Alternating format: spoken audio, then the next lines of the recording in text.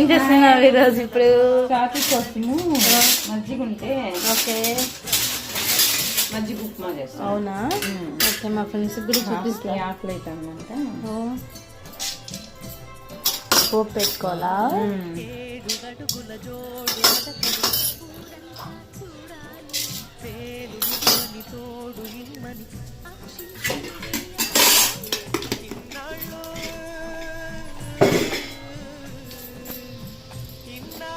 Fry అవ్వాలా? కొంచెం దూరగా సౌండ్ బ్రౌన్గా రావాలి. కొంచెం దూరంగా వెళ్ళాలా?